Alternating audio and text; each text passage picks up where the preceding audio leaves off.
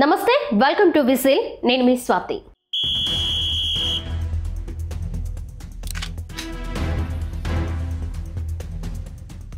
మహావతార్ నరసింహ ఈ animation cinema silent గా వచ్చి బాక్స్ ఆఫీస్ వద్ద సంచలనం సృష్టించింది.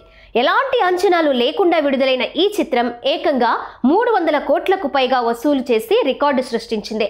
ఈ సినిమాను దర్శకుడు అశ్విన్ కుమార్ సుమారు 30 కోట్ల బడ్జెట్తో రూపొందించారు. మహావిష్ణువు అవతారమైన నరసింహుని కథాంశంలో వచ్చిన ఈ animated movie block buster hit అయింది.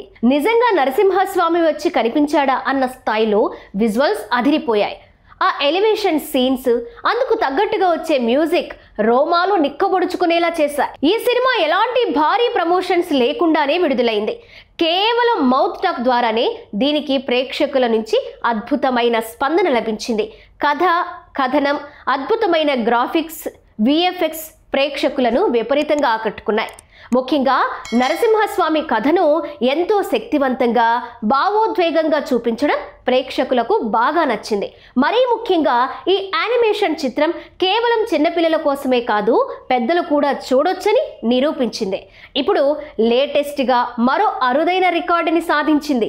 98వ ఆస్కార్ అవార్డుల బరిలో నిలిచి ప్రపంచవ్యాప్తంగా గుర్తింపు సాధించింది. యానిమేషన్ కేటగిరీలో ఈ సినిమా ఆస్కార్లో ఎంట్రీ సాధించినట్లు తెలుస్తోంది. ఇక ఈ విషయాన్ని అకాడమీ అధికారిక వెబ్సైట్లో వెల్లడించింది. మొత్తం 30 యానిమేటెడ్ సినిమాలు ఈ రేస్లో ఉన్నాయి.